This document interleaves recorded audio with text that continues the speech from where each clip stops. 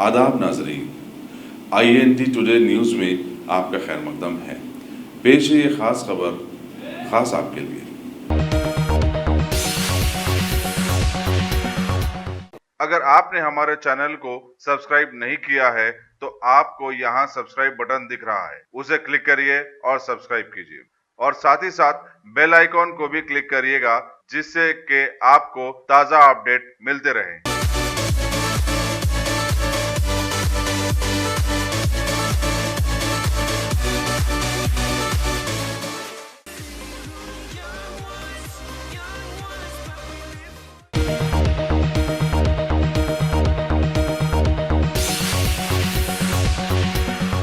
राज्यपाल श्रीमती आनंदीबेन पटेल जी, केंद्रीय मंत्रिपरिषद के मेरे वरिष्ठ सहयोगी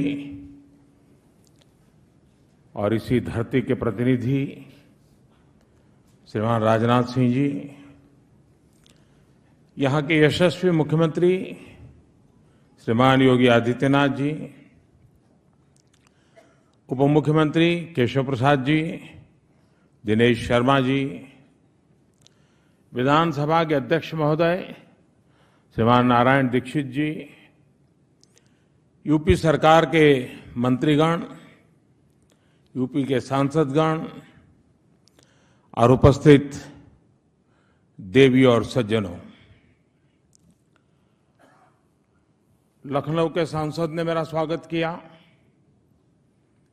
उत्तर प्रदेश के मुख्यमंत्री ने स्वागत किया, तो काशी का सांसद धन्यवाद कहता है।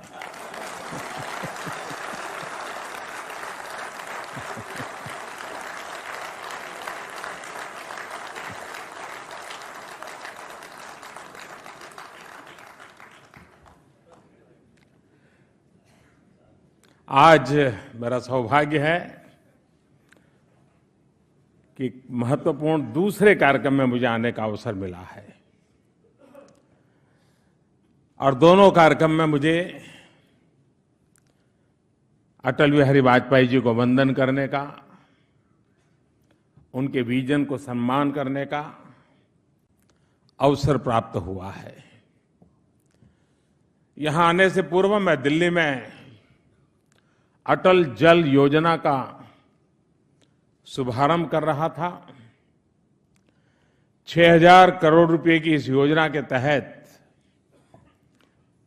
उत्तर प्रदेश सहित देश के 7 राज्यों में भूजल के स्तर को सुधारने के लिए काम किया जाएगा।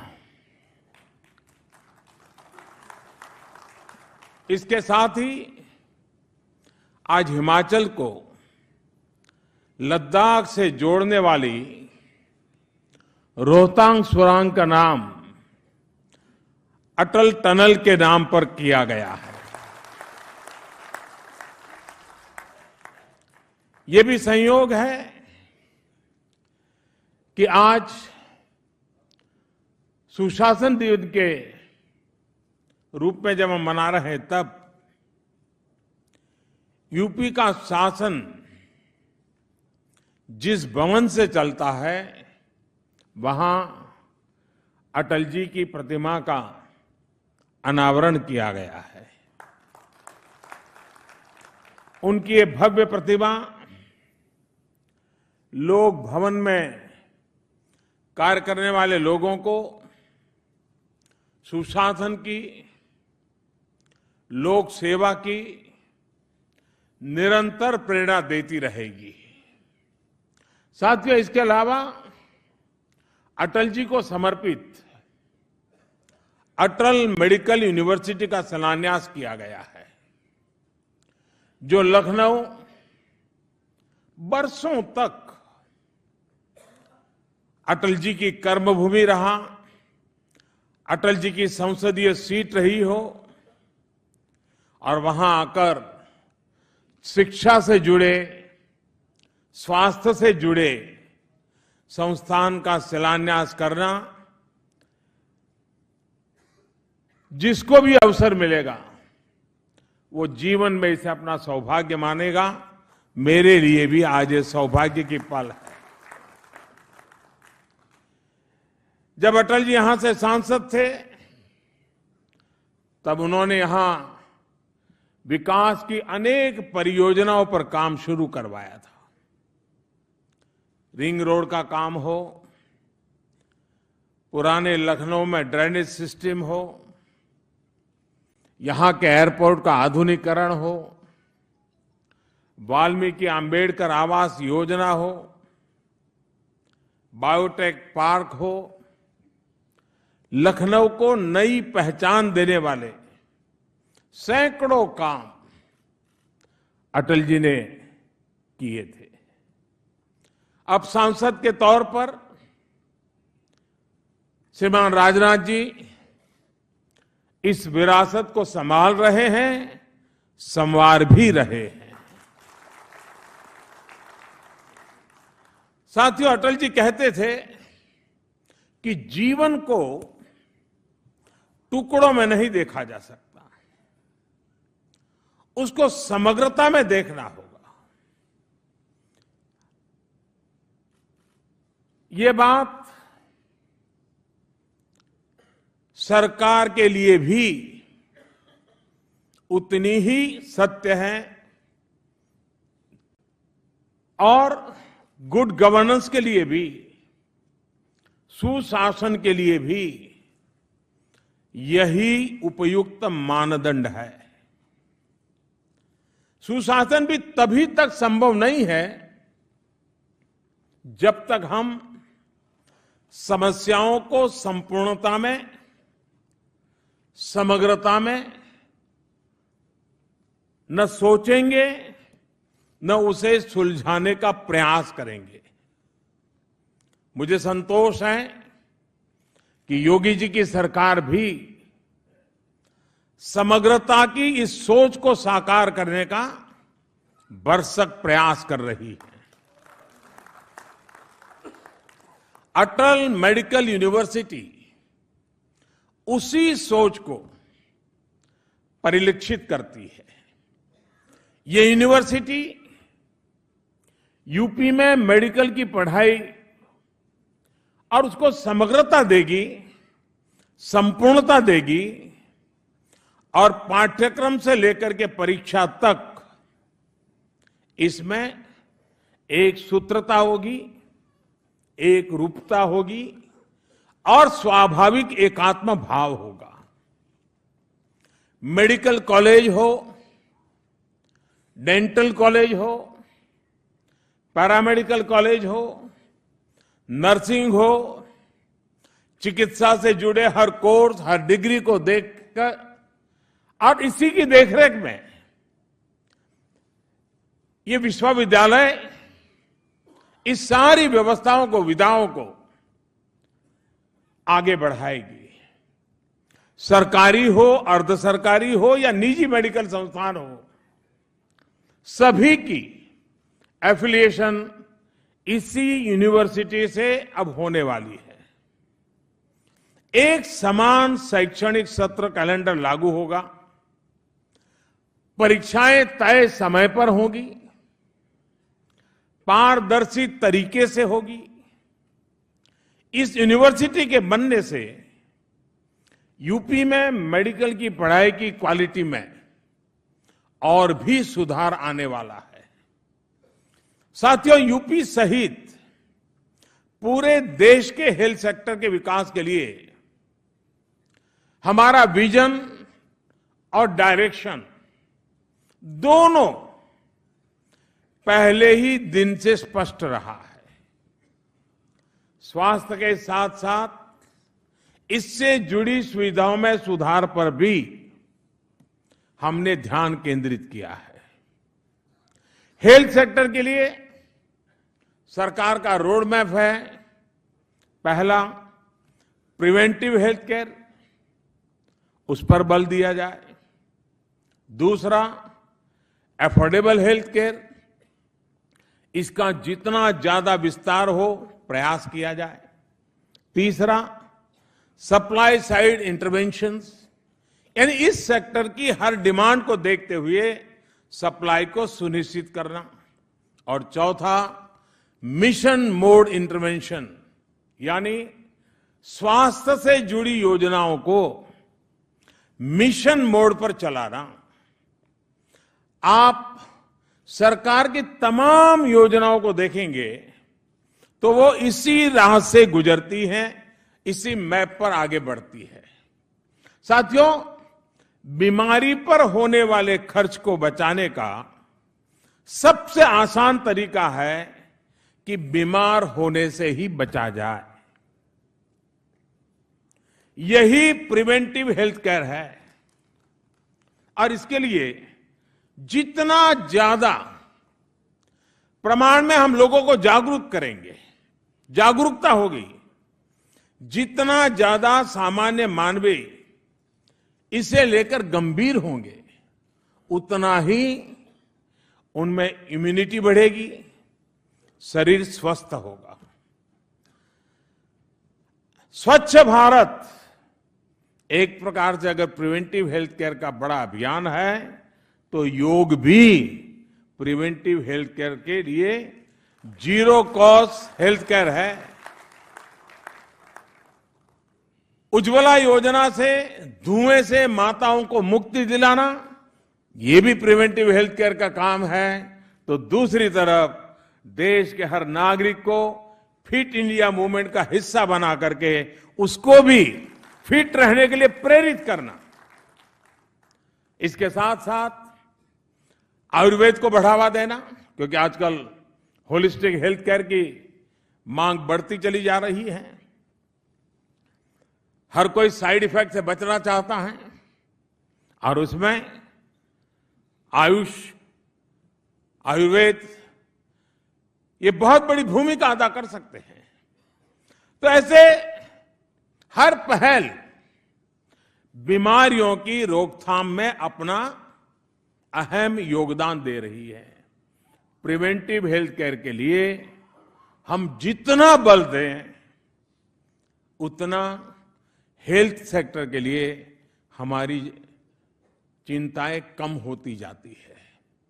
एक तरफ जहां इससे कम्युनिकेबल डिसीज की रोकथाम में मदद मिल रही है, वहीं दूसरी तरफ जीवन शैली के कारण जो बीमारियां आती हैं, उन बीमारियों को दूर करने में भी ये कारगर साबित हो रही है।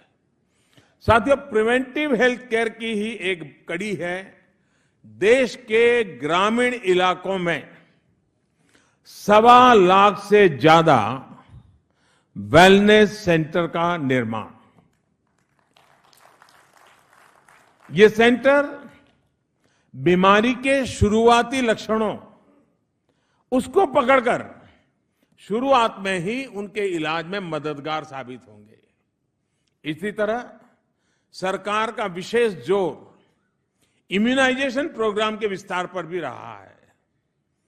हमने नई वैक्सीन जोड़ने के साथ ही दूर दराज वाले इलाकों में भी टीकाकरण अभियान पहुंचाने में सफलता पाई है। इन दिनों हम लोग, और मैंने कानपुर में इसको लॉन्च किया था, पशुओं के आरोग्य को लेकर के, फूट एंड माउथ डिसीज वाला। ये भी पशु का आरोग्य भी ह्यूमन एलिमेंट के लिए भी प्रिवेंटिव हेल्थ केयर के लिए काम आता है। अगर पशु बीमार नहीं है तो बीमारी फैलाने का वो कारण भी नहीं बनता है। यानी एक प्रकार से होलिस्टिक अप्रोच हमें आवश्यकता के अनुसार बल देते हुए आगे बढ़ाना होगा। साथियों, हेल्थ केयर के दूसरे आयाम यानी एफोर्डेबिलिटी को बढ़ाना देने के लिए, इसके लिए भी सरकार द्वारा कई ऐतिहासिक कदम उठाए गए हैं। आयुष्मान भारत के कारण देश के करीब 70 लाख गरीब मरीजों का मुफ्त इलाज हो चुका है। यह आयुष्मान भारत योजना दुनिया की सबसे बड़ी योजना है। अमेरिका, कनाडा और मैक्सिको, उसकी टोटल जो जनसंख्या है उससे ज्यादा भारत में आयुष्मान के लाभार्थियों की सूची है। और इतने कम समय में 70 लाख लोगों ने इसका लाभ लिया है।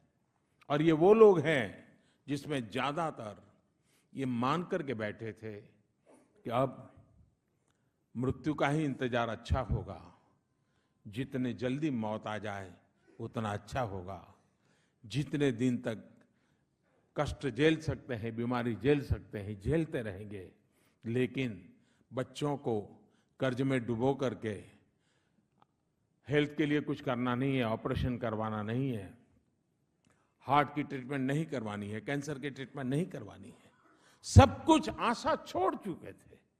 लेकिन आयुष्मान भारत योजना आने के बाद उनको एक नई जिंदगी, नया विश्वास, नया उत्साह मिल गया और 1 रुपये के खर्च के बिना 70 लाख लोगों का उपचार हो गया। और मुझे खुशी है कि उत्तर प्रदेश ने इस योजना को आगे बढ़ाने में बहुत सक्रियता दिखाई है। अकेले उत्तर प्रदेश में करीब 11 लाख ऐसे लोगों ने इसका लाभ लिया है। 11 लाख लोगों ने। इसी तरह जन औषधि योजना, इससे सस्ती दवाइयां मिल रही है। यानी जो दवाई बाजार में जाकर के आप लेने जाते हैं 100 रुपया लगता है, जन औषधि केंद्र में वो 30-40 रुपए में मिल जाती है। जिनको परमानेंट दवाइयां लेनी पड़ती हैं उन लोगों को महीने का 800, 1000, 1200, 1500 रुपये तक का बिल की बचत हो रही है। यानी ये पूरे देश में जन औषधि केंद्र बहुत पॉपुलर हो रहे हैं और लोग जन औषधि केंद्र की दवाइयों को पसंद कर रहे हैं। वहीं स्टैंड्स हो, नी कैप्स की कीमतों में भी काफी कमी लाई गई है। साथियों, जैसे जैसे गरीब से गरीब को स्वास्थ्य सेवा उपलब्ध हो रही है, वैसे वैसे हेल्थ केयर की डिमांड भी बढ़ रही है। डिमांड बढ़ रही है तो नए नए अस्पतालों, नए नए क्लिनिक, नए नए नर्सिंग होम बनने का रास्ता खुला है। पिछले 5 वर्षों में रिकॉर्ड संख्या में मेडिकल सीटें बढ़ाई गई हैं। इसी साल पूरे देश में 75 नए मेडिकल कॉलेजों को मंजूरी देने का फैसला किया है। एक प्रकार से ये हर 3 लोकसभा सीटों के बीच एक मेडिकल कॉलेज बनाने के हमारे विजन को आगे बढ़ाने वाला एक सफल प्रयास है। और इसका बहुत बड़ा लाभ भी उत्तर प्रदेश को मिल रहा है। बीते 2-3 वर्षों में ही यूपी में 2 दर्जन से ज्यादा मेडिकल कॉलेज स्वीकृत किए जा चुके हैं, जिसमें से अनेक या तो शुरू हो चुके हैं या फिर निर्माण की प्रक्रिया में है। साथियों, सरकार द्वारा महिलाओं और बच्चों के स्वास्थ्य को बेहतर बनाने के लिए मिशन मोड में राष्ट्रीय पोषण अभियान समेत अनेक नए कार्यक्रम चलाए जा रहे हैं। टीबी को भारत से वर्ष 2025 तक पूरी तरह समाप्त करने के लिए भी राष्ट्रीय अभियान चल रहा है। देश के लोगों के स्वास्थ्य को सुधारने में, बीमारी पर होने वाले उनके खर्च को कम करने में ये 4 आयाम बहुत महत्वपूर्ण भूमिका निभा रहे हैं। साथियों, जन स्वास्थ्य के क्षेत्र में हो रहे इस अभूतपूर्व काम का लाभ यूपी में भी देखने को मिल रहा है। इस वर्ष एन्सेफेलाइटिस, इसके मामले में योगी जी और उनकी टीम ने और यूपी की जनता ने बहुत ही सराहनीय काम किया है और इसके लिए आप सब अभिनंदन के अधिकारी हैं। अंतर्राष्ट्रीय संगठनों ने भी, दुनिया के मान्य इंस्टीट्यूशन ने भी उत्तर प्रदेश की इस सफलता को सराहा है, उसकी प्रशंसा की है। स्वच्छता और स्वास्थ्य सुविधाओं को गांव-गांव तक सुलभ कराने का जो अभियान यहां की सरकार ने चलाया है, वो यूपी के लोगों के जीवन को आसान बनाने की दिशा में बड़ा कदम है। अब हमारा ये भी प्रयास होना चाहिए कि राष्ट्रीय पोषण मिशन और मिशन इंद्रधनुष के काम को हम और तेज करें, ताकि आने वाले समय में यूपी का हर बच्चा सुरक्षित रहे, हर नागरिक स्वस्थ रहे। साथियों, आज सुशासन दिवस पर ऐसे समय में जब हम नए वर्ष और नए दशक में प्रवेश करने जा रहे हैं, तब हमें अटल जी की एक और बात अवश्य याद रखनी चाहिए। अटल जी कहते थे कि हर पीढ़ी के भारत के प्रति, भारत की प्रगति में योगदान का मूल्यांकन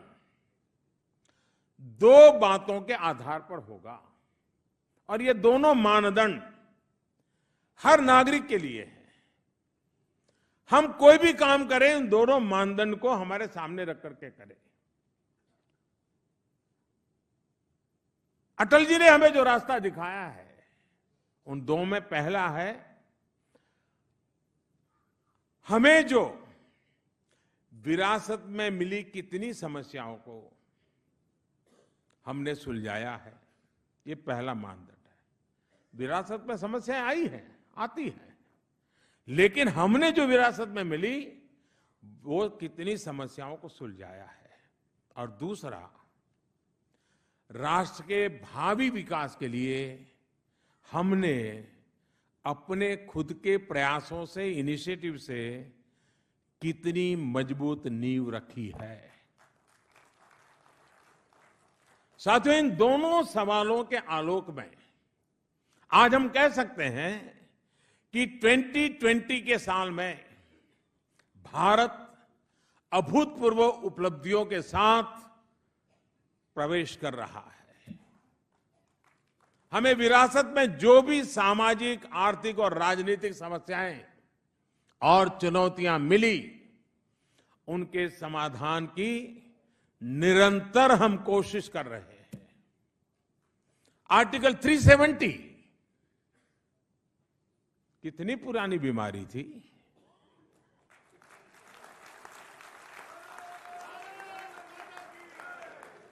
कितनी कठिन लगती थी, हमें विरासत में मिली थी, लेकिन हमारा दायित्व था कि हम ऐसी कठिन से कठिन चुनौतियों को सुलझाने के लिए भरसक प्रयास किए, और हुआ, आराम से हुआ।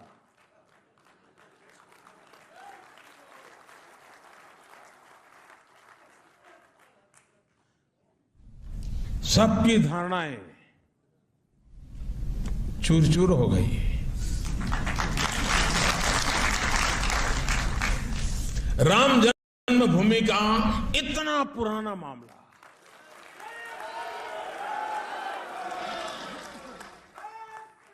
शांतिपूर्ण समाधान।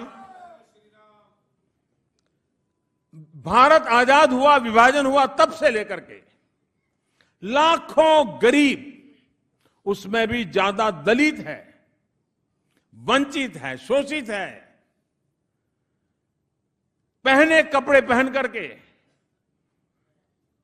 अपना धर्म बचाने के लिए, अपनी बेटियों की इज्जत बचाने के लिए जो लोग पाकिस्तान, बांग्लादेश, अफगानिस्तान से भारत की शरण लेने के लिए मजबूर हो गए, ऐसे शरणार्थियों को नागरिकता की गरिमा देने का रास्ता, ऐसी अनेक समस्याओं का हल इस देश के 130 करोड़ भारतीयों ने निकाला है। इस आत्मविश्वास से भरा हुआ हिंदुस्तान 2020 में प्रवेश कर रहा है। एक नए दशक में कदम रख रहा है, और अभी भी जो बाकी है,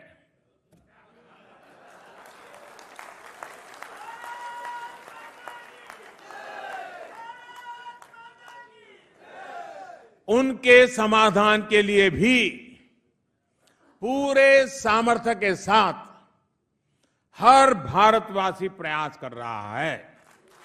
चाहे हर गरीब को घर देना हो, चाहे हर घर जल पहुंचाना हो, कितनी ही बड़ी चुनौतियां होगी, हम चुनौतियों को चुनौती देने के स्वभाव को लेकर के निकले।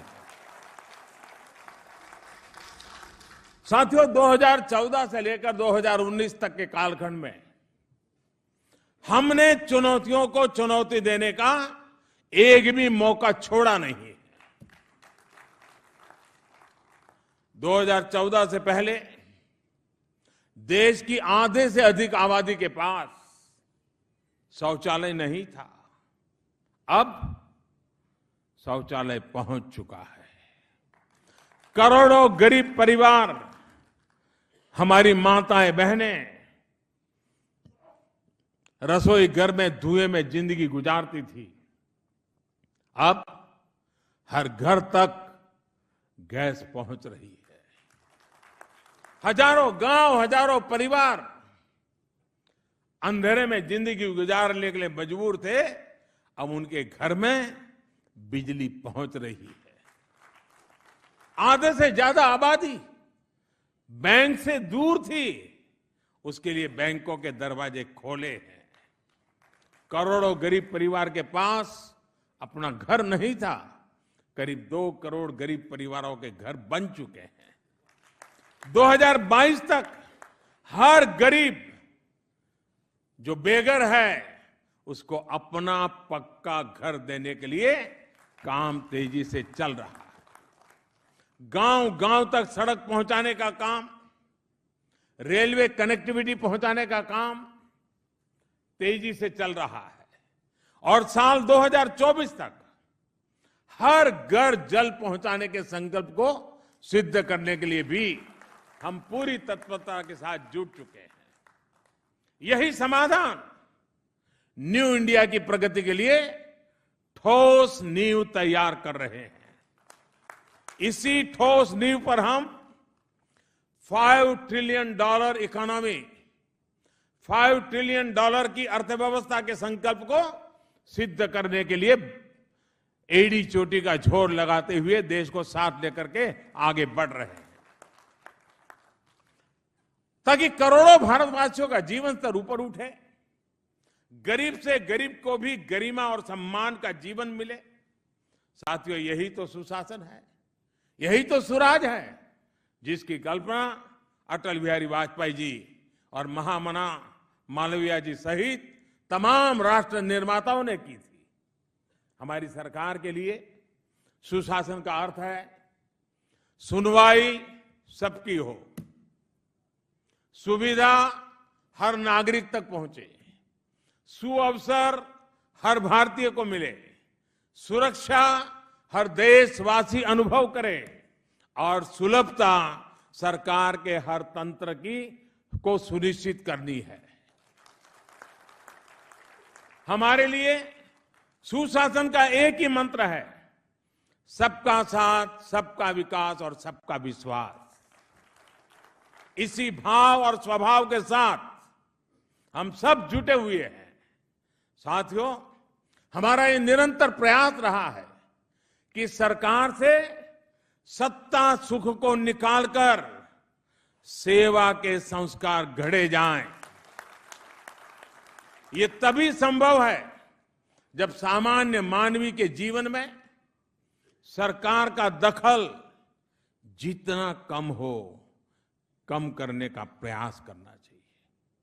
हमारा प्रयास है कि सरकार अटकाने के बजाय, उलझाने के बजाय सुलझाने का माध्यम बने। आप अगर इस सरकार का मूल्यांकन करेंगे तो यही कोशिश हर कदम पर आप महसूस करेंगे। अब देश दस्तावेजों के अटेस्टेशन के सत्यापन के दौर से बाहर निकल रहा है। आपने खुद से प्रमाणित कर दिया, खुद जिम्मेदारी ले ली, यही सरकार के लिए काफी है। आज अधिकतर सरकारी सेवाओं को ऑनलाइन कर दिया गया है, डिजिटलीकरण कर दिया गया है। जन्म प्रमाण पत्र से लेकर पेंशन के लिए जरूरी जीवन प्रमाण पत्र तक ज्यादातर सेवाएं ऑनलाइन है। पहले जहां कागजों, दस्तावेजों और सरकारी दफ्तरों के फेर में ही एक सामान्य व्यक्ति फंसा रहता था, अब जीवन बहुत आसान हो रहा है। साथियों, हम सुशासन के उस दौर की तरफ बढ़ रहे हैं जहां जनता को आवेदन की जरूरत न हो, बल्कि सरकार उनके घर जाकर निवेदन करें कि कहीं कुछ समस्या तो नहीं है। आप देखेंगे कि जनहित की जितनी भी योजनाएं आज चल रही हैं, उनमें लाभार्थियों के चयन से लेकर उन तक लाभ पहुंचाने के लिए तकनीक का, डेटा साइंस का भरपूर उपयोग हो रहा है। बेनिफिट डायरेक्ट हो और डिलीवरी क्विक हो, टारगेटेड हो, ये हमने सरकार की कार्य संस्कृति में लाने का प्रयास किया है। इसी से पारदर्शिता भी आ रही है, जनता की सेवा भी तेजी से हो रही है और देश के ईमानदार करदाताओं का पैसा भी बच रहा है।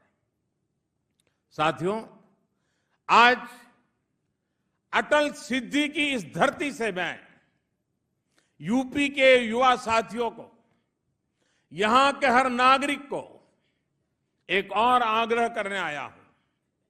आजादी के बाद हमने बराबर देखा है, आजादी के बाद के वर्षों में हमने सबसे ज्यादा जोर अधिकारों पर दिया है।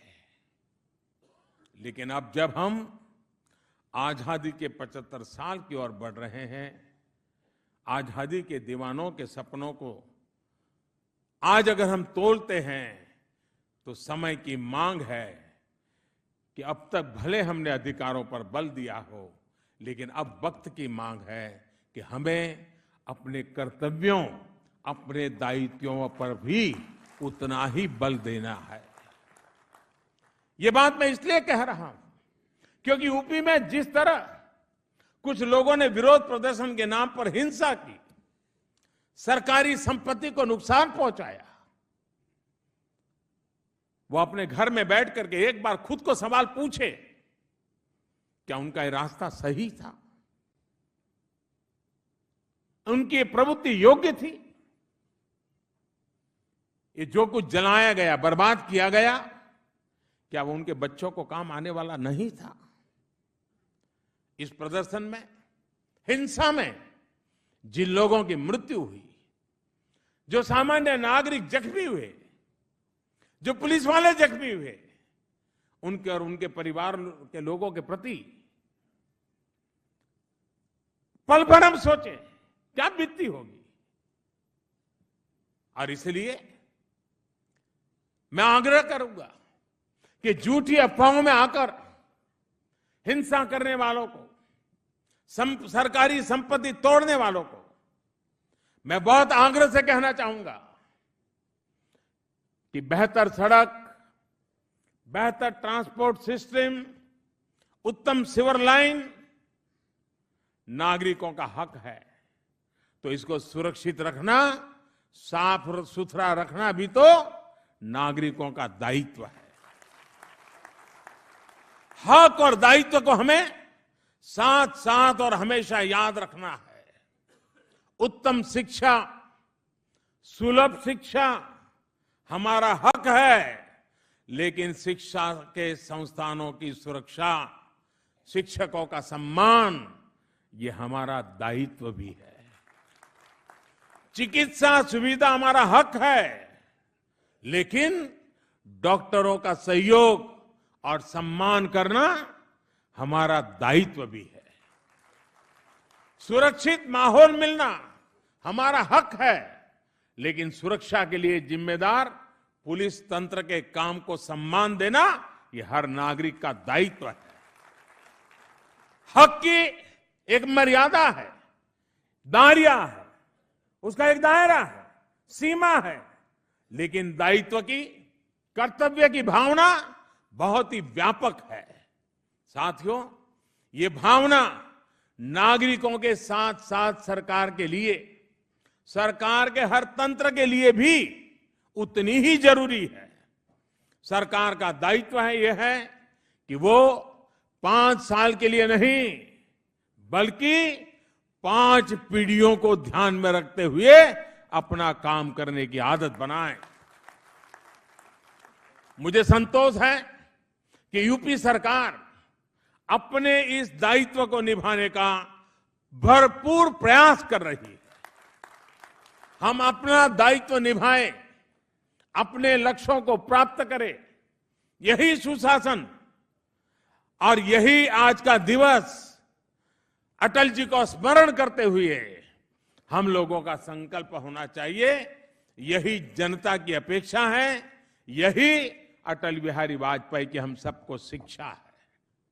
एक बार फिर उत्तर प्रदेश के लोगों को अटल मेडिकल यूनिवर्सिटी के लिए बहुत बहुत बधाई के साथ आप सबको भी अनेक अनेक शुभकामनाओं के साथ कुछ दिनों के बाद नया वर्ष प्रारंभ होगा। इस नए वर्ष के भी जब बहुत दूर नहीं है, सप्ताह बचमर है, आप सभी को, उत्तर प्रदेश के लोगों को वर्ष 2020 की बहुत बहुत शुभकामनाएं देता हूं। बहुत बहुत धन्यवाद।